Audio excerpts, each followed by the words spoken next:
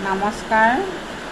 আজি আপোনালোকৰ আগত পুনৰ এজন আহোম ৰাজত্বকালৰ ৰজাৰ বিষয়ে চমুকৈ আলোকপাত কৰিম। কিবা যদি ভুল ভ্ৰান্তি হয় শুধৰাই ল'ব বুলি আশা কৰিলোঁ।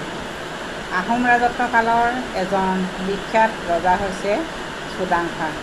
তেখেতৰ দেউতাকৰ নাম আছিল ত্যাওকামথি। চুডাংফাই সৰু কালৰ পৰাই মানে জন্মৰ পৰাই ৰজা হোৱাৰ আগমুহূৰ্তলৈকে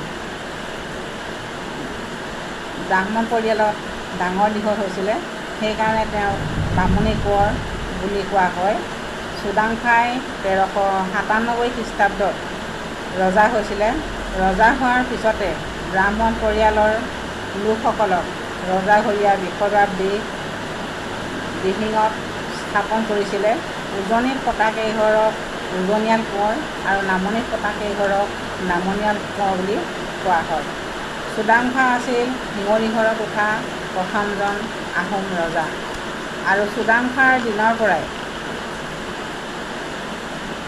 দয়কাওৰঙৰ পৰ্বতৰ নাম পাটকাই পৰ্বত হয়। আহোম আৰু নৰা ৰজাৰ মাজত যুদ্ধ হওঁতে দুয়োজন ৰজাই কুকুৰা কাটি শপত খোৱাৰ কাৰণে দয়কাওৰং পৰ্বতৰ নাম পাটকাই চেং হয়। পিছত মানুহৰ মুখত পৰি পাটকাই পৰ্বত হয়। পাট মানে কটা, কাই মানে কুকুৰা, চেং মানে শপত, অৰ্থাৎ পাটকাই মানে হ'ল কুকুৰা কাটি শপত লোৱা। দয়কাওৰঙৰ অৰ্থ হ'ল দয় মানে পৰ্বত, কাও মানে নটা, ৰং মানে গোট খোৱা। নটা পৰ্বত লগ লগোৱা কাৰণে এই পৰ্বতক দয়কাওৰং বোলা হৈছিলে। চুডাংফাই